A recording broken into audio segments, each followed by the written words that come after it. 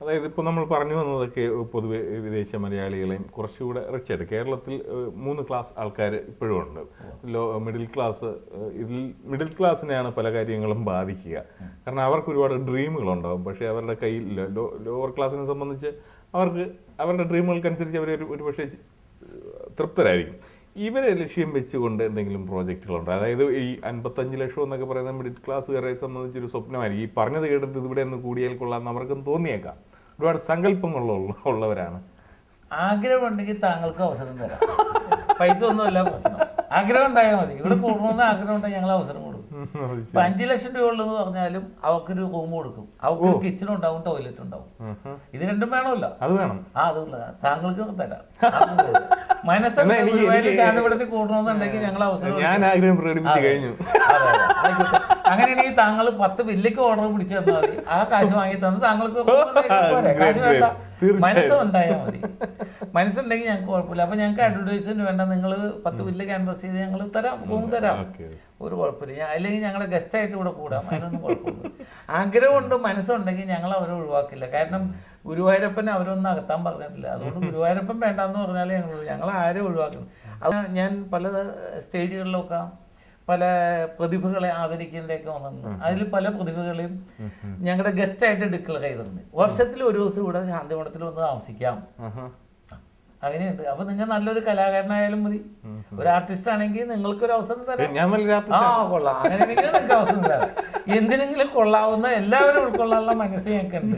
അത് ഗുരുവായൂരപ്പന്റെ അനുഗ്രഹപ്രകാരം കാര്യങ്ങളൊക്കെ നീങ്ങുന്നുണ്ട്. അപ്പൊ കാശ് വേണ്ട. ആ കുട്ടി ഇപ്പൊ കഴിഞ്ഞ ഞാനിങ്ങനെ പറഞ്ഞു, 2 ആഴ്ച കഴിഞ്ഞപ്പോൾ ഒരാൾ വിളിക്കുന്നു, ഞാൻ ഇന്ന കുട്ടിയുടെ അച്ഛനാണ്. ഞാൻ ഇന്ന കുട്ടിയുടെ അച്ഛനാണെന്ന് പറഞ്ഞു എന്നെ വിളിക്കുന്നത് എന്താണ്? അപ്പൊ മോൾക്ക് അന്ന് കൊടുത്തില്ലേ ആ പൊന്നാട അണിയിച്ച് അന്ന് ഗിഫ്റ്റ്, മോള് ഗസ്റ്റായിട്ട് ഞാനും മോളും വൈഫും ഒക്കെ കൂടി ഗുരുവായൂരിലേക്ക് വരുന്നുണ്ട്. ഞാനപ്പോൾ ഇന്ന സ്ഥലത്ത് വന്ന് നമ്മുടെ ഗസ്റ്റ് ഹൗസ് ഉണ്ട്, അവിടെ താമസിച്ച് പോയി. പിറ്റേ ദിവസം അവർക്ക് വലിയ സന്തോഷമായി. അപ്പൊ നമ്മളത് പറഞ്ഞത് ഓർക്കുന്നില്ല, പക്ഷെ എന്തൊരിക്കലും അവർ വന്നു കഴിഞ്ഞാൽ അതാണ്. ഇപ്പം എല്ലാവരും പാടുന്നു, എല്ലാവരും പാടുന്നു. കൈരളിയുടെ വലിയൊരു പ്രോഗ്രാമാണ്, എല്ലാവരും പാടുന്നു. അപ്പൊ എല്ലാവരും പാടുന്നു എന്ന് പറയുന്ന 3 തലമുറയിൽപ്പെട്ട ആളുകളാണ് പാടിയത്. പ്രായമുള്ള ആളുകളും മധ്യവയസ്കര്, കുട്ടികളൊക്കെ കൂടിയത്. ഇതിൻ്റെ എല്ലാം മാർക്കിന് ആ സ്കോർ വെച്ചിട്ടാണ് അവർക്ക് ഗിഫ്റ്റ് കൊടുക്കാൻ. അതിൽ 1ാം സമ്മാനം അറിഞ്ഞ ആൾക്ക് ഒരു വില്ലയാണ് കൊടുക്കുന്നത്. അപ്പൊ ഈ പരിപാടി ആരംഭിച്ച് ഒരു 3 ആഴ്ച കഴിഞ്ഞപ്പോൾ ഒരു തങ്കമ്മ എന്നെ വിളിക്കുന്നു. അവരെന്നെ വിളിച്ചിട്ട് ഈ പരിപാടിയിൽ എന്നെ ഉൾപ്പെടുത്താമോ എന്താണെന്ന് ചോദിച്ചു. അപ്പൊ എന്താ എന്നോട് ചോദിക്കുന്നത് എന്താണെന്ന് വെച്ച്, അത് ശാന്തിമഠമാണ് ഈ വില്ല കൊടുക്കണ സ്പോൺസർ ചെയ്യണമെന്ന് കേട്ടു. പക്ഷെ അതിൻ്റെ ഓർഗനൈസർ കൈരളിക്കാരാണ്, അവരായിട്ട് ബന്ധപ്പെടുന്നു. അല്ലെങ്കിൽ ഞങ്ങൾ തുടങ്ങി 2-3 ആഴ്ച ചെയ്യുന്നത്. നിങ്ങൾ കൈരളിക്കാരോട് കാര്യം പറയും. അവരോട് പറഞ്ഞു കഴിഞ്ഞപ്പോൾ അവർ എന്നെ വിളിച്ചു കഴിഞ്ഞപ്പോൾ ഞാൻ പറഞ്ഞു എനിക്ക് വിരോധമൊന്നുമില്ല, ആർക്കെങ്കിലും അർഹരുണ്ടെങ്കിൽ. പക്ഷെ തുടങ്ങിക്കഴിഞ്ഞു. പക്ഷെ ഇവർക്ക് ഞാൻ കണ്ടൊരു പ്രത്യേകത, 4 അന്ധരായ മക്കളാണ്. 4 അന്ധരായ മക്കളെ കൊണ്ട് പാടി ജീവിക്കുന്ന ഒരു തങ്കമ്മ, ഭർത്താവ് നഷ്ടപ്പെട്ട ഒരു തങ്കമ്മ. ആ തങ്കമ്മയും മക്കളും ഇതിനകത്തേക്ക് വരുന്നത് എന്തുകൊണ്ട് നല്ലതാണെന്നുള്ള പരിഗണന കൊടുത്തത്, അല്ലാതെ വേറെ ഒന്നും കൊടുത്തില്ല. അതുകൊണ്ട് അവരെ ഉൾപ്പെടുത്തുന്നത് എനിക്ക് വിരോധമില്ല. അവരിങ്ങനെ പാടി കഴിഞ്ഞ 2008 നവംബർ 1-ാം തീയതി എറണാകുളത്ത് ലേമകടിയിൽ വെച്ച് 1ാം സമ്മാനം അർഹയായി. ഇപ്പം 35 ലക്ഷം രൂപ വില്ല അവർക്ക് കൊടുത്തു. ഇപ്പം അതിൻ്റെ പൂർത്തിയായി ഇപ്പോൾ അടുത്ത മാസം അവർക്ക് ഹാൻഡ് ഓവർ ചെയ്യുന്നത്. ഇതിന് ഞങ്ങളിപ്പോൾ എന്താണെന്ന് വെച്ചാൽ വില്ല അവർക്കൊരു വീട് കിട്ടിയതുകൊണ്ട് മാത്രം കഴിയില്ല, അവർക്ക് വരുമാനം 25,000 രൂപ വെച്ച് അവർക്ക് പ്രതിമാസം കൊടുക്കാൻ പോകും. അപ്പോൾ 5 പേർക്കും 5,000 രൂപ വെച്ച് മാസം കിട്ടും. ഇനി കണ്ണ് കാണാൻ പാടില്ല, പാടാൻ പാടില്ലെങ്കിലും വീട്ടിലെത്തി ജീവിക്കാനുള്ള വരുമാനം കൊടുക്കാൻ പോകും. അതുപോലെ എനിക്ക് തോന്നുന്നു വലിയ കുറേ ബഹുമതികളും തേടി വന്നിട്ടുണ്ട്. അതിൽ ഓർക്കാൻ കഴിയുന്ന 2-3 ഔഷധ കൃഷി ഒരു ഹരമായിട്ട് മാറി. അങ്ങനെ അതിൽ ഞാൻ എന്താണെന്ന് വെച്ച് കഴിഞ്ഞാൽ ഔഷധ ഗ്രാമം, ഔഷധ വനങ്ങളുണ്ടാക്കി. അങ്ങനെ ഈ ഗ്രാമങ്ങളും വനങ്ങളും വലിയ സന്തോഷം നിന്ന്. ഒരു സ്ഥലത്തെന്താന്ന് വെച്ചാൽ ഞാൻ 14 തരം വൃക്ഷങ്ങൾ വെച്ചു. വരണ്ട കാലാവസ്ഥ അതിജീവിക്കാൻ വേണ്ടി ഒരു കിണർ കൃഷി ഉണ്ടാക്കി. കിണറ്റിൽ കൃഷി ചെയ്തു. കിണർ എന്ന് പറഞ്ഞാൽ വെള്ളം കുടിക്കാൻ ഉപയോഗിക്കുന്ന സാധനമായിട്ടാണ് നമ്മളെ സങ്കല്പം.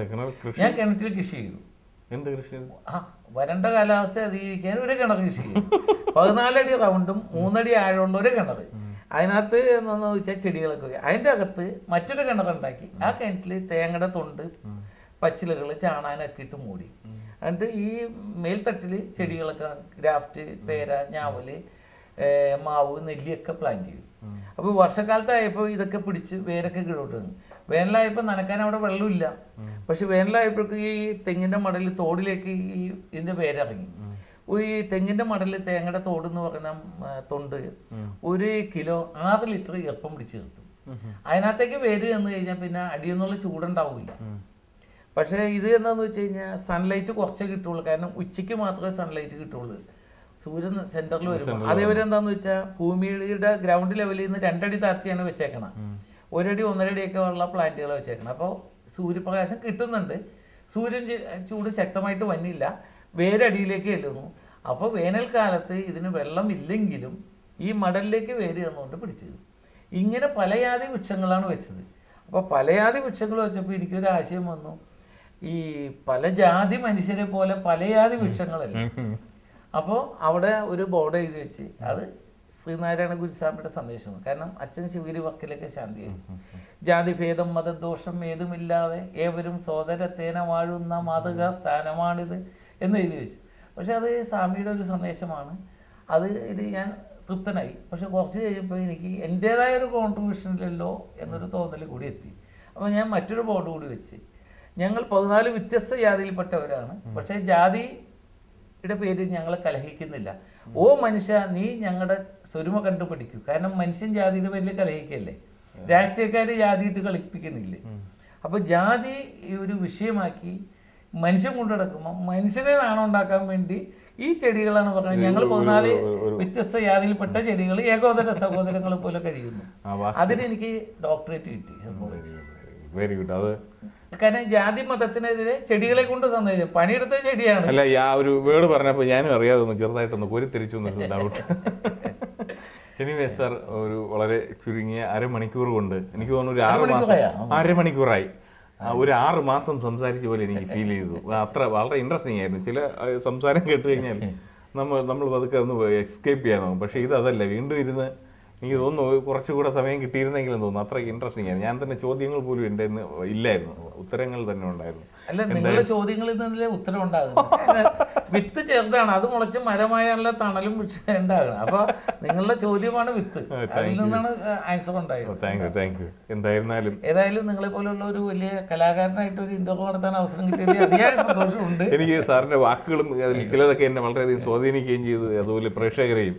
എന്തായാലും ഈ അരമണിക്കൂർ വളരെ വലിയൊരു വ്യവസായിയാണ്, ഇത് ഏറ്റവും കൂടുതൽ തിരക്കുള്ള ഒരു മനുഷ്യനുമാണ്. അദ്ദേഹത്തിൻ്റെ ആ തിരക്കിനിടയിലും അരമണിക്കൂർ കേരള വിഷൻ്റെ പ്രേക്ഷകർക്കൊപ്പം ചിലവഴിച്ചതിന് 1000 നന്ദി. നമസ്കാരം.